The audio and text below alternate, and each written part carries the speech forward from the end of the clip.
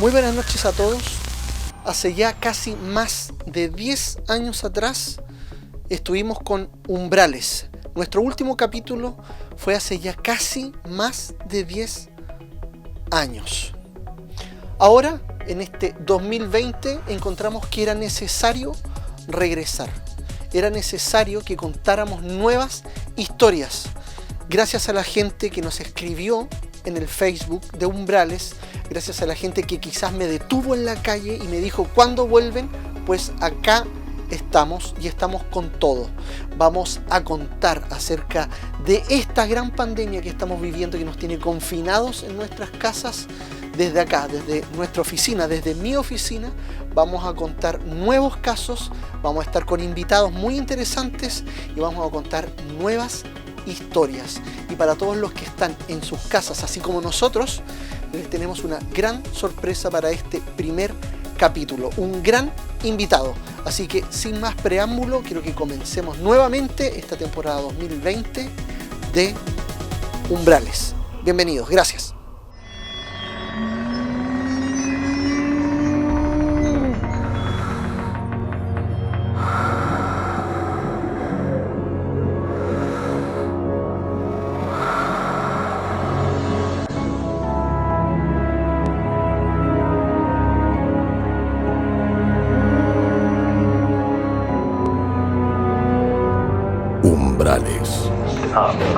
Just like that. Because you're so smart for it. Much life they have left in them. But I'm watching this thing. Look at this. Look at this. Look at this.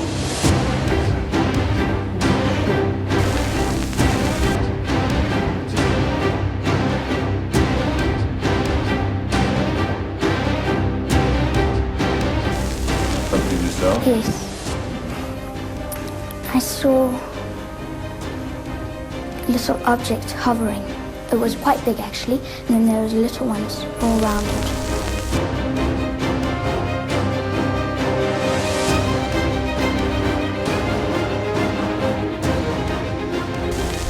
Realmente yo creo que podría ser un objeto no identificado, un platillo volador o lo que se llame, lo que quieran llamarle, pero para mí es algo extraño.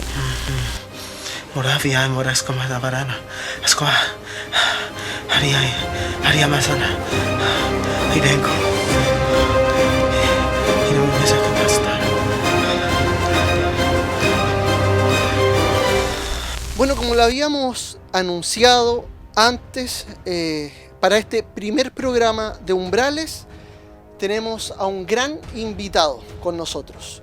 Tenemos al ufólogo Rodrigo Fuenzalida, que nos está acompañando vía Zoom. ¿Cómo estás, Rodrigo? ¿Qué tal? Bien, bastante bien. Por acá con la cuarentena mantenida obligatoriamente, pero bien. Como todos. Como todos. Oye, agradecerte por estar con nosotros en esta noche, en esta nueva temporada de Umbrales, Rodrigo. Ok, les agradezco la posibilidad de participar en el programa y hablar sobre este tema que tanto nos interesa y que tanto, diría yo, revuelo concita siempre, el tema de los no identificados. Ya, mira, comencemos de inmediato para la gente que quizás no conoce lo que haces tú. Cuéntale a la gente hace cuánto tiempo tú te dedicas a la ufología. Bueno, hace ya unos 25 años aproximadamente, yo diría un poquito más, unos 26 años que estoy trabajando full en el tema de los ovnis y dispongo de una gran cantidad de tiempo en el mismo. Soy formado en áreas de las ciencias sociales, estudio sociología, actualmente me dedico a la hipnosis, soy un terapeuta y profesor de hipnosis también y yo diría que formamos un equipo a principios de los 90 llamado AION, Agrupación de Investigaciones Ovnilógicas de Chile, con el cual le cambiamos un poco la cara al tema de los ovnis en Chile. He estado detrás de varias producciones audiovisuales. Una de las más emblemáticas fue la serie OVNI, que soy co-creador de la serie junto con Fernando Acuña, que era el productor ejecutivo. Yo fui quien llevé la idea a la productora de hacer esta serie emblemática. De ahí en adelante me especialicé en productos audiovisuales. He trabajado para la Red Discovery, el History Channel, National Geographic. Recientemente participé en Alienígenas Ancestrales del History Channel, ahora en el especial de Chile que hubo a principio de año. Y estamos constantemente viajando por el mundo en conferencias internacionales, investigando en todo Chile. Y en este minuto estoy también junto con mi amigo Charlie Clark liderando a cargo un proyecto de una fundación para estudios de la conciencia, donde también vamos a dejar dentro de la ufología. En la ufología vamos a sentar un punto importante en esta nueva fundación. Y también hay que aclarar que te podemos escuchar en las noches, de repente los días martes en Bio Bio, en la radio Bio Bio. Los domingos en la noche estamos junto con Mauricio Barrientos en radio Bio Bio haciendo justamente, hablando de la contingencia en un espacio que ya lleva años en la Bio Bio. Ya eres un panelista estable. Bueno, estable, exactamente. Partimos ahí con Rodolfo Hahn, con Rolo Hahn, y continuamos con Mauricio y realmente tenemos un gran espacio donde podemos hablar distendidamente y de una perspectiva crítica también. Nosotros tenemos una posición más bien científica en torno a los ovnis. Quiero aclarar que a mí, desde mi posición, que los ovnis existen, son una realidad, que mucha gente dice nada, Rodrigo no cree nada, es escéptico porque lo explica todo. No, lo que pasa es que estamos hoy día bombardeados por mucha pseudoinformación. No significa que los ovnis no existan, lo contrario, los ovnis existen, pero el punto es que hay una, diría yo, saturación de falsa información en este momento, que ha hecho que la gente pierda el sentido crítico y a veces confunda las cosas. Claro, mira, comencemos. Hay varias preguntas que han surgido en este tiempo y que la gente las ha hecho notar. Una de estas noticias tiene que ver con los documentos que se desclasificaron hace poco por la CIA. ¿Qué opinión tú tienes al respecto acerca de esos documentos? ¿Son tan verídicos? ¿Por qué los soltaron ahora en esta cuarentena? ¿Tienes alguna opinión al respecto? Hay que señalar que la CIA hace varios años ya lo está haciendo. Lo hizo en el año 2000, aproximadamente años a posterior por el 2007 también, es decir, la NSA, inclusive, que es un organismo más complicado que la CIA, también ha desclasificado el informe OVNI. Lo que pasa es que en Estados Unidos existe la ley de libertad de información, la FOIA, y esta ley de libertad de información, cada cierto tiempo hay investigadores que están detrás de este tipo de documentos. Entonces, hacen presión o escriben al Congreso haciendo presión de tipo político para que estas cosas se liberen. Entonces, cada cierto tiempo se liberan tanto por presión política como por ley estos informes. Y yo creo que es importante que se sigan liberando informes de la década de los 50, la era dorada, de los llamados platillos voladores. Oye, pero Rodrigo, ¿tú crees que la información que se libera es real? Sí, es decir, es constatable, son casos que ya se conocían. Inclusive hay que recordar que años anterior a todo esto, en los 70, a fines de los 70, comienzos de los 80, un gran investigador español, Andreas Faber-Kaiser, que ya publicó un libro sobre los documentos de la CIA, interesante en el libro Faber-Kaiser, que rescata documentos de la CIA en un caso en Chile del año 66. Son efectivos. Lo bueno que hay hoy día es que tú puedes investigar. Estos documentos estaban a disposición de la gente, pero no estaban en línea. La gracia es que hoy día están en línea. Es decir, que tú desde tu computador puedes investigar. ¿Ah? Claro, puedes investigarlo. Puedes investigar. Hoy día eso, lo bueno que tiene la tecnología, sobre todo a los interesados en los documentos oficiales, tienen un campo muy rico hoy día de poder investigar.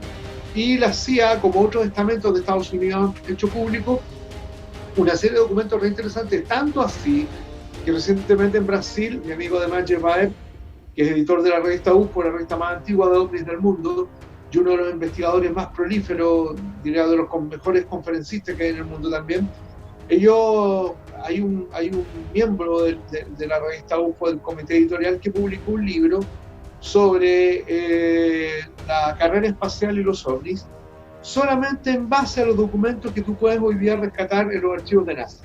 Si tú te metes a ver esas miles y miles de páginas, son miles de páginas, deben ser, se calcula más de 10.000 páginas, te vas a encontrar con informes de avistamientos, diálogos de los astronautas, etcétera, y que están a libre disposición. Lo que pasa es que hay que darse el trabajo de investigarlo. Hay que investigarlo. Ahí en Estados Unidos desde hace más de 20 años hay una página de Black Bolt, se llama, que justamente es un muchacho investigador que se ha dedicado a trabajar con documentos oficiales del gobierno de Estados Unidos, y se han descubierto cosas que son re notables. Hoy día hay que aprovechar la cuarentena para sumergirse en los computadores y hacer esa línea de investigación, que se pueden encontrar cosas bien interesantes. Oye, Rodrigo, en base a todo lo que tú has investigado, tú conoces obviamente el caso del Cabo Valdés y de Claudio Pastén. ¿Qué opinión tú tienes al respecto? ¿Les das credibilidad a ambos casos? Sí, es decir, el caso de Valdés nosotros lo investigamos cuando hicimos OVNI. Entrevistamos en su minuto a 4 miembros de la patrulla. Hay uno de ellos que ya falleció ya. No era patrulla, era una escuadra, en términos bien más exactos. Más autoridades locales. Es decir, el caso, a mi entender, existió. El caso fue. Contémosle un poco a la gente que no conoce el caso del Cabo Valdés, ¿en qué consistió? Para contextualizar un poquito. Fue un caso muy polémico porque fue en abril del año 77 en Pampayúscuma, en el norte de Chile. Ahí en unas caballerizas se encontraban efectivamente resguardados Armando Valdés Garrido, que en su minuto era cabo, junto con un grupo de 7 conscriptos. Y ellos contemplan, y los 2 guardias contemplan 2 luces que venían de maniobra de descenso. Una se queda sobre un cerro y la otra desciende. Y es ahí cuando van a buscar al resto de sus compañeros. Y salen el resto de la escuadra. Armando Valdés se adelanta, pide que se identifiquen, y de repente la escuadra dice que lo dejan de ver. Simplemente desapareció frente a los ojos de los 7. Y después él llega con la barba crecida. Apareció a los 15 minutos y empezaron a buscarlo. Apareció con la barba crecida, equivalente a 5 días, y el reloj, es decir, el reloj adelantado, como equivalente a 5 días, y la barba crecida. Y balbuceando algo muy interesante, diciendo: ustedes nunca sabrán quiénes somos ni de dónde venimos, pero pronto volveremos. Que esas son frases icónicas. Icónicas, y que las dice en estado de trance, él no se acuerda. El tipo venía como saliendo directamente del fenómeno con ese contenido. Oye, ¿y tú crees ahora que, bueno, con el pasar de los años, el Cabo Valdés se desdijo de esto y dijo que, bueno, que prácticamente el suceso no había ocurrido? Ahora él es pastor de una iglesia evangélica, y ¿tú les das credibilidad a que él haya desdicho todo? Lamentablemente, él cayó en unas contradicciones muy grandes que lo dejaron en evidencia. La primera vez que se dice es para una entrevista para mi amigo Alejandro Agostinelli, el año 2001, no recuerdo, para la revista Más Allá, junto con el periodista Diego Zúñiga. Él les cuenta que se ha escondido detrás de una especie como de pirca, de unos muros, etcétera, que fue a orinar. Y posteriormente, cosa curiosa, el año 2007, varios años después de esta entrevista, lo entrevista Iker Jiménez para Cuarto Milenio. Sí, y él cuenta, y él se hace el tonto, no dice nada de eso, ¿no? Es que cuánto le deben haber pagado también, pues. Claro, pero no dice nada de eso. Y después en Maipú, cuando todo esto tiene revuelo, porque los periodistas son súper poco rigurosos, hay que reconocer que de repente son muy poco rigurosos algunos periodistas. En este evento en Maipú el 2013, Valdés vuelve a reiterar que una cosa, un punto determinado, que su barba no se había afeitado y que el reloj Sí. estaba malo. Claro, y que el reloj siempre estuvo malo. El 2007, el mismo año que Iker Jiménez, yo llevo a Valdés a la jornada de ufología de Viña del Mar. Estuve con él en el escenario del Teatro Municipal de Viña y en ningún minuto tampoco se les dice de la historia. ¿Ok? Ahora, en aquella oportunidad viene algo muy interesante. Después de decir todo esto en el escenario, que fue lo que tomaron los periodistas y con muy poco rigor, porque no toman en consideración a los testigos. Hay una parafernalia. No, claro, porque se supone que aquí hay más de hay 7 testigos. Sí, exactamente, y están las autoridades locales, etcétera. Pero bueno, posteriormente, Valdés en los camarines, un gran amigo, Fabián Sáez, que se encontraban, nosotros teníamos bajo el escenario había unos lugares dispuestos a la manera de camarines ahí para donde estábamos los conferencistas. Y mi amigo Fabián lo encara y le dice, ¿cómo fue posible? Es decir, lo encara, recién bajado del escenario, ¿cómo fue posible que no te afeitaste? Y él dice, no, efectivamente me afeité. Imposible no haberme afeitado porque teníamos controles a diario. Claro, si en el mundo militar son súper estrictos, no hay llegar y andar desasiado. Claro. Y el reloj no, el reloj nunca estuvo malo. Es decir, se dice nuevamente, pero frente a nosotros cuenta la firme. Y entonces él quiso desentenderse de la experiencia, porque él le daba todo el tiempo, le dio una connotación diabólica a su experiencia. Si tú quieres ser obispo evangélico y no puedes andar diciendo que estuviste en brazos del polvo, ¿no? Obvio. Sí. Ahora, hablando acerca de estos sucesos extraños a estos dos personajes, ¿qué te parece el caso de Claudio Pastén? Bueno, Claudio yo lo conozco hace mucho tiempo. Tú le realizaste una hipnosis a él. Unas tres hipnosis le he hecho a Claudio, pero dos hipnosis. Contextualicemos en qué consiste el caso de Claudio, Rodrigo. El caso que colocamos en OVNI consistió en la experiencia, el relato de Claudio Pastén, joven en su minuto técnico electrónico o técnico eléctrico, no me acuerdo si es eléctrico electrónico, pero que en el sector llamado El Morado, la cordillera, el Cajón del Maipo. Cajón del Maipo, reporta un encuentro cercano entre ese tipo con un humanoide. Y posteriormente ese reporte tiene un missing time. Un tiempo perdido. Al ver a los humanoides, él pierde la conciencia y aparece 3-4 días después durmiendo sobre una piedra en el campamento hasta donde estaba.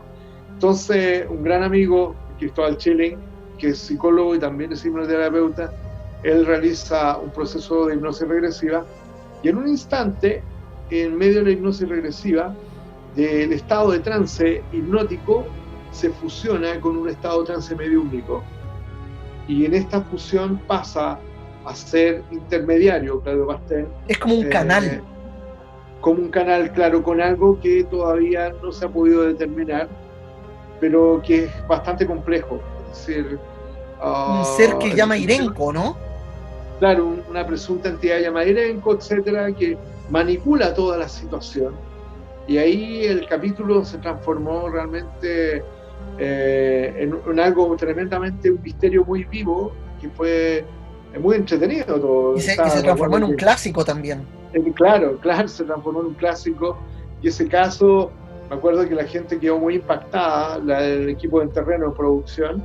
¿Tú estabas presente cuando le realizaban Te explico, yo estaba un poco molesto por lo mismo, por el hecho de que yo soy el co-creador de la serie, estaba a cargo de pasar, proporcionar los casos, etcétera, y coordinarme con el editor con ciertos conceptos ufológicos, explicándole lo que eran los tipos de encuentros, etc. Aparte, yo estaba a cargo de lo que era contenido. Y había una unidad en terreno, que era la que iba a investigar los casos en terreno, y yo me coordinaba con una periodista para cuando habían algunas dudas.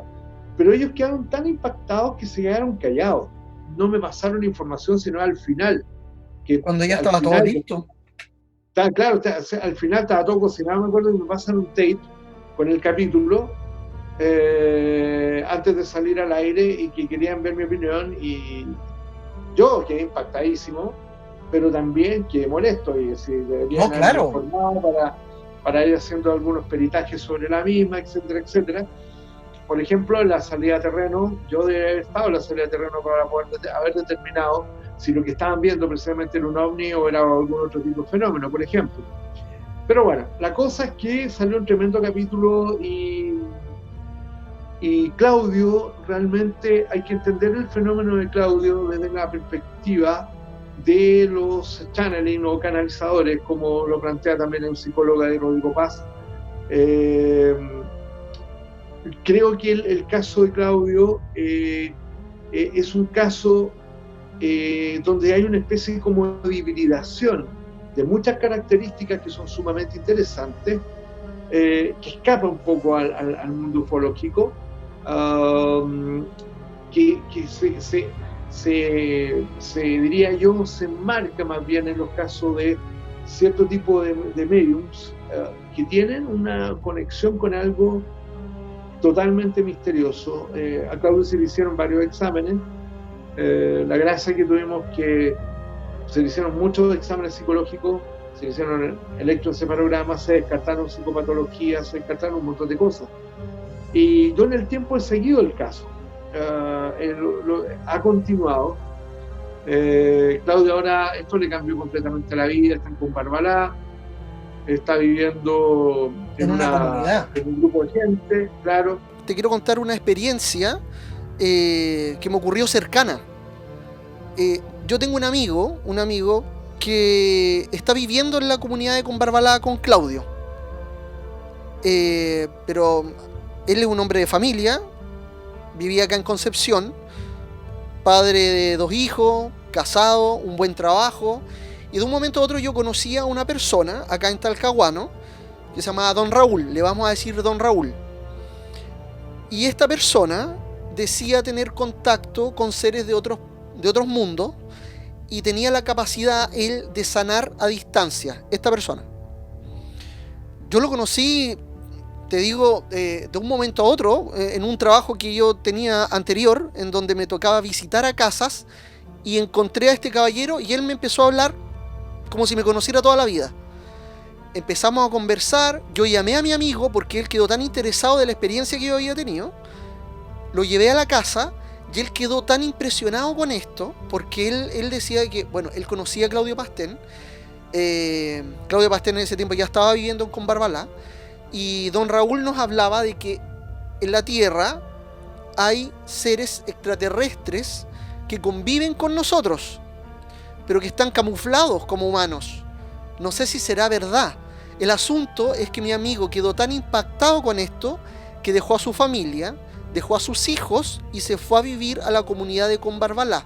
De hecho, está viviendo allá. Y una vez vino hacia acá, vino después de que ya llevaba como un par de años viviendo en Combarbalá, y me vino a visitar, y yo le dije, oye, hace tanto tiempo que no te veo, ¿es verdad o no todo lo que pasa allá en Combarbalá? Porque dicen que es una secta, dicen que prácticamente una secta lo que tiene, pero no, él dice que es una comunidad común, pero yo le dije, ¿tú has visto algo raro? ¿Has visto algo extraño? Y él me dice, textual, me dice, si ver una nave arriba de mi cabeza de más de 100 metros de largo ¿es algo raro? Sí, he visto algo raro. Entonces yo creo que realmente le llegó tanto, hay personas que quizás están siendo contactadas de alguna forma, no sé de qué forma, y están con Claudio allá arriba viviendo, y en algún punto tienen experiencias que solamente ellos la conocen. No sé cuál es tu opinión. Sí, efectivamente yo me topé un poco con Claudio de nuevo, es decir, con la experiencia de él cuando empecé a recopilar situaciones que habían estado pasando posteriormente que hicimos la serie. Como digo, yo me alejé un poco de todo esto hasta por ahí por el 2001, cuando viene el tema de la caída de las Torres Gemelas. Ahí me topo por casualidad investigando, he invitado por mi amigo Pablo Enrique, la radio Interferencia, la radio en Quintero, tiene un programa llamado Enigmas, y me encuentro con un poste de la radio que había grabado aún. Decía mayo del 2001, la gran isla, el gran turbante. Y me explican que eso lo coloca una persona que andaba acompañando en su minuto a Claudio, que escribía absolutamente todos los trances, y que coloca en este poste: atento a esto porque esto es lo que viene, la gran isla, el gran turbante, mayo del 2001, que de Claudio decía lo siguiente: alas extrañas vienen desde el cielo, derrumbando grandes columnas, cae la primera, cae la segunda y manchan con sangre las barras del águila en tribulación del gran turbante. Mayo del 2001, y posteriormente colocan eso. Entonces, creo que ese tipo de acción empezó a hacerlo en varias otras oportunidades. Por lo menos he recopilado cerca de 4 trances que tienen un carácter como profético, que se han cumplido así. De hecho, él tiene unos escritos que se llaman El Pergamino de Cristal, si no me equivoco, ¿cierto? Ajá, sí. Y ahí también hace mención al terremoto del 2010. Imagínate, esa parte no la he leído, pero para que te des cuenta, entonces, es tan complejo el tema de Claudio, es tan complejo. Me he encontrado con mucha experiencia alrededor de él, que me da a entender que estamos en presencia de una persona que tiene un acceso al misterio, un discado directo, bastante interesante, y sería interesante también poder investigarlo en profundidad, todo lo que pasa. Ahora, lo que él hace con su vida, él es dueño de hacer lo que quiera con su vida. Creo que la gente es muy ignorante también. Cualquier persona que de repente toma un camino diferente la esté estigmatizada de inmediato, con reacciones que son impulsivas y de la ignorancia. Yo creo que el mundo está muy lleno de locura, y si Claudio quiere hacer una vida al margen de esta locura y quiere vivir de la naturaleza, con economías de colaboración, bien.